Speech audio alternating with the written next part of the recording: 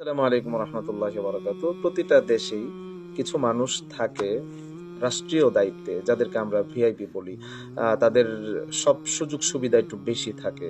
তাদের যখন যাতায়াতের প্রয়োজন হয়, রাস্তায় গাড়ি ঘোড়া বন্ধ থাকে, এয়ারপোর্টে তাদের জন্য আলাদা দরজা থাকে, আবার রেল স্টেশনে তাদের জন্য আলাদা দরজা থাকে। তারা কোনো অনুষ্ঠানে গেলে ভিআইপি প্রোটোকল দেওয়া হয়। তো মুসলমানদের মধ্যেও এরকম কিছু মানুষ ভিআইপি আছে। এটা দেশের মানুষের মতো, দেশের রাষ্ট্রীয় দায়িত্বশীলদের মতো এরকম শক্তিশালী হতে হয় না। সাধারণ একজন মুসলমানও, গরিব ফকির একজন মুসলমানও সেই ভিআইপির কাতারে যেতে পারে।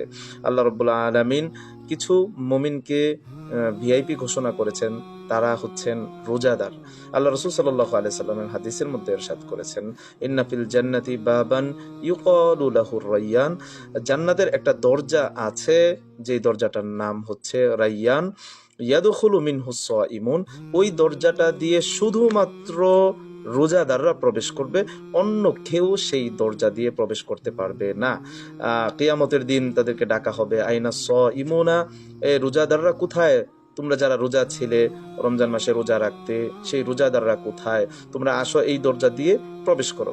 তাদের প্রবেশ শেষ হওয়ার সাথে সাথে সেই দরজাটা অফ করে দেওয়া হবে। আর একটা মানুষও, রোজাদার ব্যতীত আর একটা মানুষও সেই দরজা দিয়ে প্রবেশ করতে পারবে না।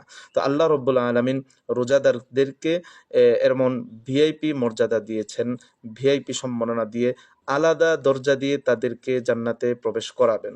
তো আমরাও যদি, যারা মুসলমান আছি, আমরাও যদি সেই ভিআইপি মুসলমানের, ভিআইপি মুমিনের কাতারে দাঁড়াতে চাই, তাহলে আমাদের রোজাটা সঠিকভাবে রাখতে হবে, রমজানের হক আদায় করতে হবে।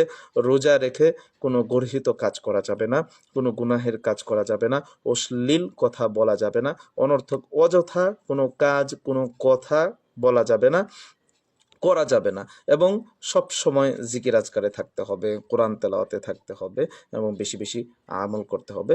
তাহলে ইনশাল্লাহ আমরা আল্লাহ রাব্বুল আলামিনের সেই ভিআইপি বান্দাদের অন্তর্ভুক্ত হতে পারবো। আল্লাহ রাব্বুল আলামিন আমাদেরকে তৌফিক দান করুন। আমিন। আসসালামু আলাইকুম ওয়া রাহমাতুল্লাহি ওয়া বারাকাতুহু।